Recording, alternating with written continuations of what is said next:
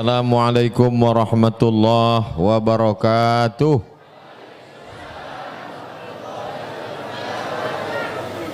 Anak raja menangkap balam, balam ditangkap di Siponge. Dari bunyi sambutan salam nampaknya jamaah Lapone. Apa kabar Bapak Ibu semua, sehat? Alhamdulillahi Rabbil Alamin.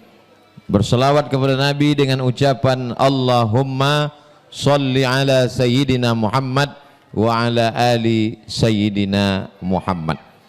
Apa yang baru saja kita lakukan tadi adalah menjalankan sunnah Rasulullah sallallahu alaihi wasallam yang dilanjutkan secara fix oleh Khalifah Amirul Mukminin Umar bin Khattab. Umar bin Khattab mengangkat imam namanya Ubay bin Ka'ab radhiyallahu an. Beliaulah yang memimpin sholat tarawih di kota Al-Madinah Al-Munawwarah. Lalu kemudian jumlah rakaatnya tidak ada ikhtilaf yang dilaksanakan pada zaman Abu Bakar. Imamnya pada zaman Umar, imamnya Ubay bin Ka'ab. Maka mereka laksanakan sebanyak 20 rakaat ditambah witir 3 rakaat menjadi 23 rakaat. Hanya saja berbeda orang Makkah sama orang Madinah. Orang Makkah ketika habis 4 rakaat itu dia duduk istirahat karena tegaknya lama, ayatnya panjang. Duduk istirahatnya itu mereka tawaf untuk melancarkan darah di kaki, untuk meregangkan otot, maka mereka tawaf subhanallah walhamdulillah wala ilaha illallah wallahu akbar, tidak pakai sa'i, tawaf saja, namanya tawaf sunat. Orang Madinah tidak bisa tawaf karena tak ada Ka'bah di Madinah, maka mereka ketika istirahat itu sholat sunat yang ayatnya pendek-pendek. Itu maka orang Makkah sholat tarawihnya 20 rakaat tambah 3 sama dengan 23. Sedangkan orang Madinah karena tambah 2 rakaat pendek 2 rakaat pendek di total 36. Ditambah 3 rakaat menjadi 39. Oleh sebab itu perbedaannya cuma 2 saja, 23 dengan 39. Alhamdulillah kita sudah pilih salah satunya yaitu 23. Adapun ayatnya Ubay bin Ka'ab membaca 1 malam 1 juz. Itulah yang dilaksanakan di Nurul Azhar, setiap 1 malam 1 juz. Tapi tadi itu kita dapat diskon sedikit. Nah, jadi tak sampai 1 juz kan? Hah? Setengah diskon, setengah harga. Nah, jadi kalau ada yang mengatakan kenapa panjang betul tarawih kita malam ini, justru inilah malam yang terpendek di Nurul Azhar. Kalau yang mau aslinya datang besok malam. Nah jamaah yang dimuliakan Allah, kalau tidak kita jelaskan begini nanti orang akan mengatakan aneh ini tarawih di Nurul Azhar. Justru inilah yang sunnah Rasulullah sallallahu alaihi wasallam dan diikuti oleh khulafa rasyidin. Pesan Nabi, alaikum bisunnati, ikuti sunnahku, wa sunnatil khulafa'ir rasyidin, dan sunnah khulafa'ir rasyidin Abu Bakar, Umar, Utsman, Ali. Addu 'alaiha bin nawajiz, gigitlah pakai gigi geraham. Adapun usia imam, berapa sebetulnya umur imam yang pernah terjadi pada zaman Nabi sallallahu alaihi wasallam? Riwayat dalam sahih menyebut imam zaman itu ada berumur 6 tahun. Satu riwayat menyebut 7 tahun. Kenapa? Aqra'uhum. Walaupun umurnya 6-7 tahun karena banyak hafalan ayatnya. Imam kita tadi berapa umurnya? Hah? 12. Jadi udah 2 kali lipat. Nah, itu jadi kalau ada yang mempermasalahkan, kenapa anak kecil itu yang maju? Dia memang kecil tapi hafalannya 15 juz. Nah, kenapa dia maju? Dia kan belum nikah. Dia memang belum nikah tapi udah 15 juz. Kau entah berapa kali nikah?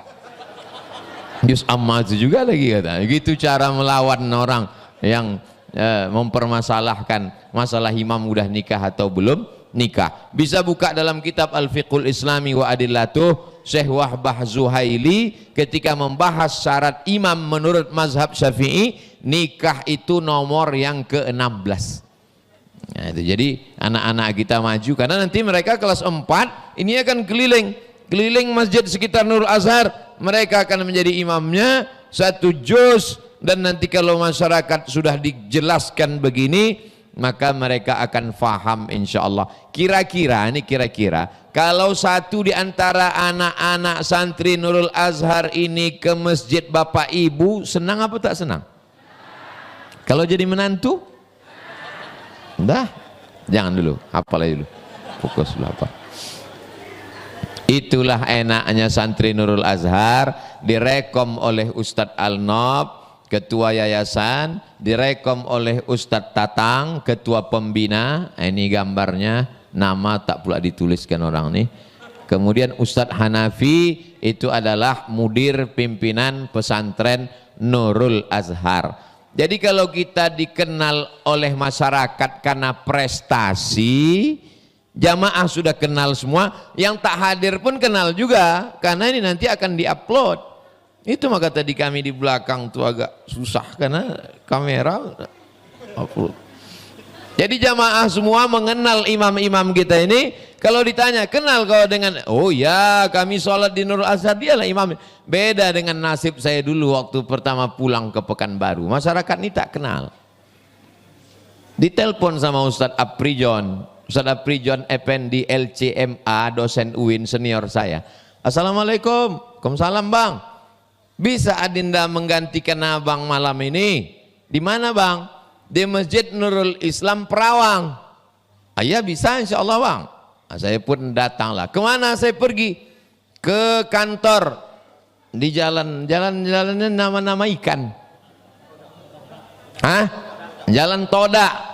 Nanti ada mobil jemputan. Andinda naik aja lah. Ayolah bang. Naiklah saya ke mobil jemputan tadi. Mau dibawa ke Perawang. Di absen mereka satu-satu. Siapa? Saya menggantikan Bang Aprijon. Oh tak bisa. Harus disidang dulu. Karena orang tak kenal.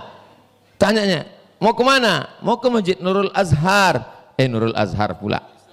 Nurul Islam di Perawang. Siapa ngundang? Menggantikan Ustadz Aprijon. Mereka telepon. Tak percaya dia diteleponnya Ustadz Aprijon. Betul ini menggantikan Ustadz Aprijon? Betul kata Ustadz Aprijon. Oh tak bisa gitu Ustadz Aprijon. Mesti masjid yang sana siap juga menerima. Cobalah telepon masjid sana. Assalamualaikum Nurul Islam Perawang. Iya, betul kalian menerima mengganti ini siap? Siap kata Nurul Islam Perawang. Ustaz Aprijon pun siap.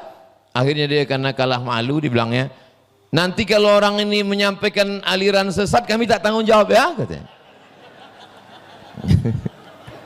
Jadi orang curiga sama kita karena tak kenal. Jadi alhamdulillah dengan begini mereka maju malam ini, 5 imam maju, jamaah pun mengenal, tahu yang dibacanya itu ada dalilnya, yang dilaksanakan itu mengikut sunnah dan khulafa ar-rasyidin, kita tak ada ragu sedikit pun. Jadi nasib kami dulu ketika pulang tidak semua jamaah mengenal karena tiba-tiba ujuk-ujuk tiba-tiba masuk saja ke masjid tanpa ada rekom. Ah, ini sudah direkomkan alhamdulillah. Suatu ketika saya sholat di masjid depan An-Nur tuh masjid Gunung Merah. Hah? Gunung Merah. Berikut ini mari kita dengarkan tausiah menjelang tarawih dari Isya yang akan disampaikan oleh Al-Mukarram Ustadz Al-Nob Dinar LC. Nah, saya mendengar situ, Masya Allah, adik kelas sudah dipercaya oleh jamaah, tak macam kami dulu disangka orang sesat. Jadi memang bertahap kami pulang dulu. Kelompok-kelompok ini tidak dipercaya. Lalu kemudian generasi Ustadz Al-Nob, Ustadz Hanafi, Ustadz Doni dipercaya, cuman beda ruang garapan. Kalau Ustadz Doni itu khusus anak-anak muda, kalau Ustadz Al-Nob itu muda cuman lama dipakai. Nah, jadi agak memang beda ruang garapan. Kenapa batuk-batuk jamaah? Nah itu Tapi adik-adik ini sudah mulai. Tapi kami ada merasa kegelisahan. Ustadz Doni di masjid ini, Ustadz Alnob di masjid ini, Ustadz Hanafi di masjid ini. Terpikir kapan kita di tempat kita sendiri? Karena kita ini menjadi ustadz yang terkenal, tapi ustadz terbang hinggap. Lebih lama terbang daripada hinggap. Tapi ini tak bisa, kalau kita sendiri bangun masjid tak bisa. Maka terpikir, oh kalau begitu kita mesti buat yayasan. Ustadz Alnob buatlah yayasan. Kata Ustadz Alnob, siap. Dari mulai 2015 dia bilang siap itu. Saya pun mengatakan, yang penting Ustadz fokus ya, Ustadz support, siap. Sama-sama siap. Akhirnya baru jumpa kami ketika saya tak bisa ceramah, beliau pun juga tak bisa karena tak ada orang. Gara-gara COVID. Maret 2020, COVID, tak bisa terbang. Lalu kemudian kami pun berjumpa Idul Fitri tanggal 6 bulan 6 2020. Disitulah berkumpul 3 komunitas. Yang pertama alumni Al-Azhar, yang kedua alumni IAIN Susko Angkatan 96, yang ketiga jamaah inti yang dulu menyertai Ustaz Abdul Somad dari awal-awal As-Sabiqunal Awwalun. Yang keempat adalah tim UAS, dan alhamdulillah semuanya hadir pada malam hari ini. Yang dari Al-Azhar, Ustadz Doni, Ustadz Hanafi, Ustadz Noki, Ustadz memang kalau capek ini payah juga ngingat-ngingat nama dan seterusnya. Lalu kemudian yang dari IAIN Ustadz Repol. Ustadz Repol ini luar biasa. Dia tidak hanya sekedar membuat kita terpukau, nasi itu pun ikut berubah jadi warna kuning kalau dia ada. Itu saya. Ustadz Repol.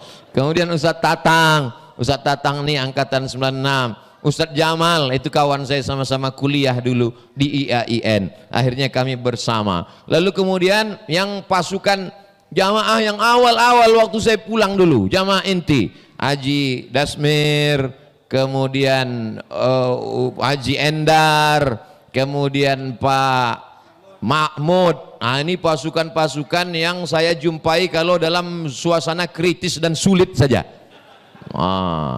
Misalnya tiba-tiba saya walimah bulan Ramadan, tiba-tiba saya bilang saya mesti pulang Idul Fitri ke Rimbo Panjang, rumah mesti siap, saung mesti siap, nanti saya mau pulang Idul Fitri.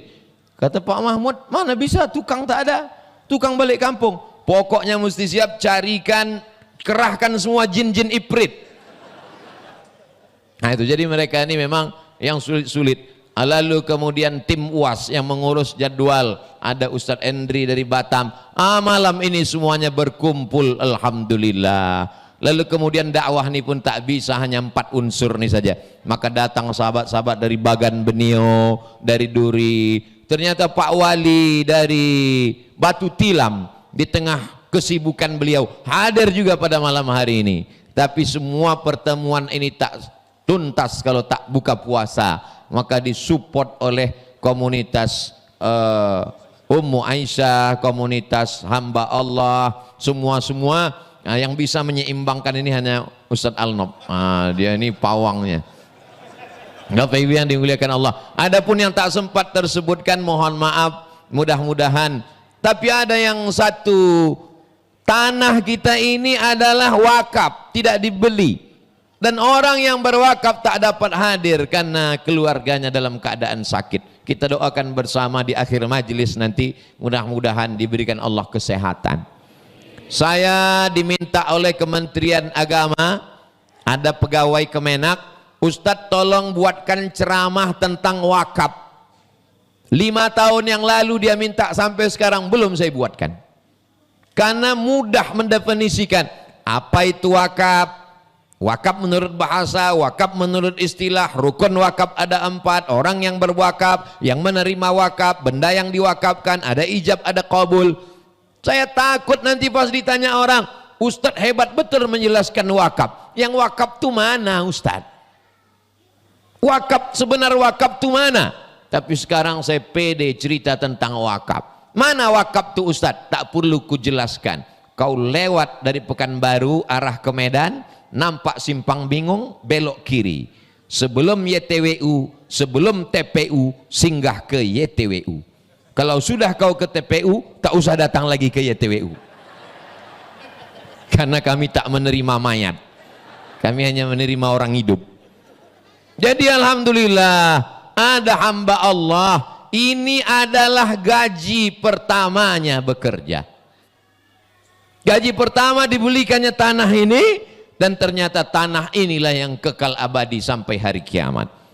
Karena tanah ini la yuhabu, tak bisa dihibahkan, wala yuba'u, tak bisa diperjualbelikan, wala yurasu, tak bisa diwariskan ke anak cucu, wala la yuba'u wala yurasu wala yuhabu, tak bisa dijual belikan, tak bisa dihibahkan ke orang lain, tak bisa diwariskan ke anak cucu.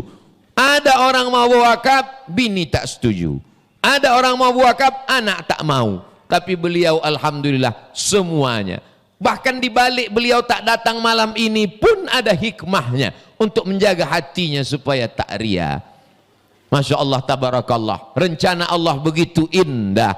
Jadi kemudian kami memang dapat pengalaman yang luar biasa dengan ustadz-ustadz selama mengelola wakaf ini. Lalu kemudian selama mengelola ini, apalah yang didapatkan? Ada kepuasan batin yang luar biasa. Menengok anak-anak yang dipondokkan sejak September, Oktober, November, Desember, Januari, Februari, Maret, April, 8 bulan. Bisa dia jadi imam, bisa dia jadi Bilal, mendoakan kita. Masya Allah, tabarakallah. Kita saja pun ikut senang, apalagi emak ayah mereka. Nanti tahun ajaran baru datang pula lagi 25 anak. Dan insya Allah kalau siap asrama, siap kelas, maka tanah ini bisa menampung 300 orang. Dan tempat inilah tempat pengajian nanti setiap Ustadz Abdul Somad mengisi pengajian di Pekanbaru setiap hari Jumat bulan, dan itu adalah di sini. Diawali dari khutbah Jumat, kajian sore Jumat, kajian malam Sabtu, kajian Sabtu subuh, kajian duha, 5 kajian. Lebih daripada itu tak diambil lagi, diserahkan kepada para asatiz, guru-guru kita sekalian.